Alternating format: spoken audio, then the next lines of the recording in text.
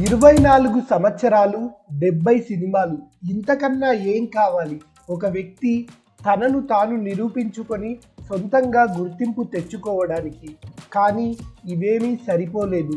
24 ఏళ్లుగా ఇండస్ట్రీలో కొనసాగుతూ దాదాపు 70 సినిమాలు చేసిన అభిషేక్ బచ్చన్ ఇప్పటికీ తండ్రి చాటు బిడ్డగానే మిగిలిపోయాడు.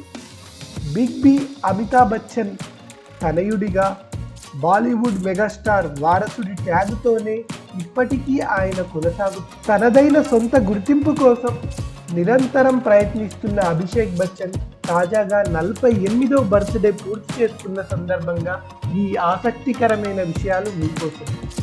బిగ్ బి అమితాబ్ బచ్చన్ ప్రఖ్యాత నటి జయా బచ్చన్ తనయుడిగా బాలీవుడ్లో అడుగుపెట్టాడు Abhishek Bachchan. Big star kid కావడంతో అతని బాలీవుడ్ ఎంట్రీ చాలా ఈజీగా అయిపోయి ఉంటుందని చాలామంది అనుకొని ఉంటారు. కానీ బిగ్ బి వారసుడిని లాంచ్ చేయడానికి ఎవరూ ముందుకు రాలేదు. అంచనాలు అందుకోలేమన్న భయంతో ఎంతోమంది డైరెక్టర్లు వెనుకడుగు వేశారట. అప్పట్లో నాకు తెలిసిన డైరెక్టర్లందరినీ కలిశాను, కానీ ఎవరు కూడా ధైర్యం చేయలేదు. మెగాస్టార్ వారసుడిని లాంచ్ చేసే బాధ్యతను మోయలేమంటూ సున్నితంగా తిరస్కరించేవారు అంటూ అభిషేక్ ఓ కార్యక్రమంలో తన కెరీర్ తొలినాళ్లను గుర్తు చేసుకున్నారు. ఇలా ఎన్నో తిరస్కారాల తర్వాత జేపీ దత్తా రెఫ్యూజీ సినిమాతో ఇంట్రడ్యూస్ అయ్యాడు జూనియర్ బచ్చన్. నటి కరీనా కపూర్కి కూడా ఇదే మొదటి సినిమా.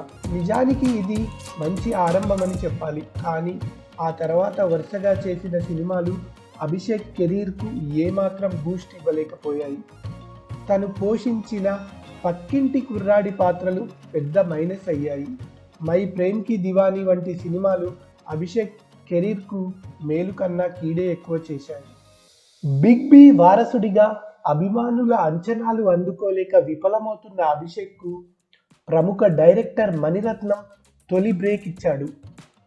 మణిరత్నం యువ సినిమాలో అభి పోషించిన నెగిటివ్ రోల్ మంచి గుర్తింపును తెచ్చింది. ఆ తర్వాత కూడా అతని కెరీర్ను కీలక మలుపు తిప్పింది మణిరత్నమే. అభి కెరీర్లోనే మంచి సినిమాగా పేరొందిన గురు తీసింది కూడా ఆయనే. ఈ సినిమాతో అభిషేక్లోని అసలు సిసలు నటుడిని ప్రపంచానికి చూపించాడు మణిరత్నం.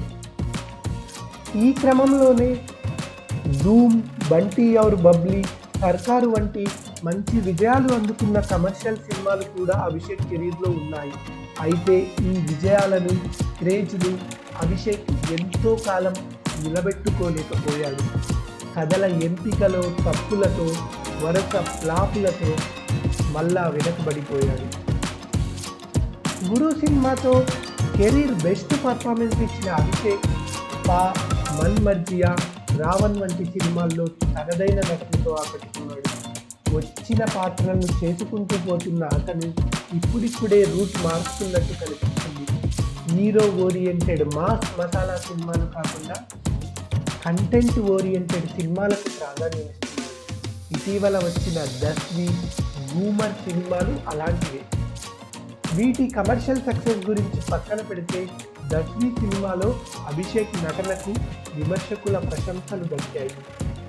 పరిణతి గల నటుడిగా పేరు తెచ్చుకునేందుకు ప్రయత్నిస్తున్న అభిషేక్ అందుకు తగ్గట్టు పాత్రలను ఆచి తూచి ఎంచుకుంటున్నాడని చెప్పవచ్చు. మా నాన్న గొప్ప స్టార్ హీరో. ఒకప్పుడే కాదు, ఇప్పుడు ఎల్లప్పుడూ ఆయన అదే స్థాయిలో ఉంటారు.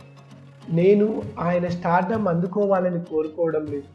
ఎప్పటికీ ఆయన స్థాయిని నేను అందుకోలేను. అందుకే నా దారిలో నేను సాగుతున్నాను అంటున్న అభిషేక్ గొప్ప వారసత్వం నుంచి వచ్చిన వినమ్రంగా ముందుకు సాగుతూ తనదైన ముద్ర వేసేందుకు ప్రయత్నిస్తున్నాడు. ఈ క్రమంలో అతను మరిన్ని మంచి సినిమాలు అందిస్తాడని ఆశించవచ్చు.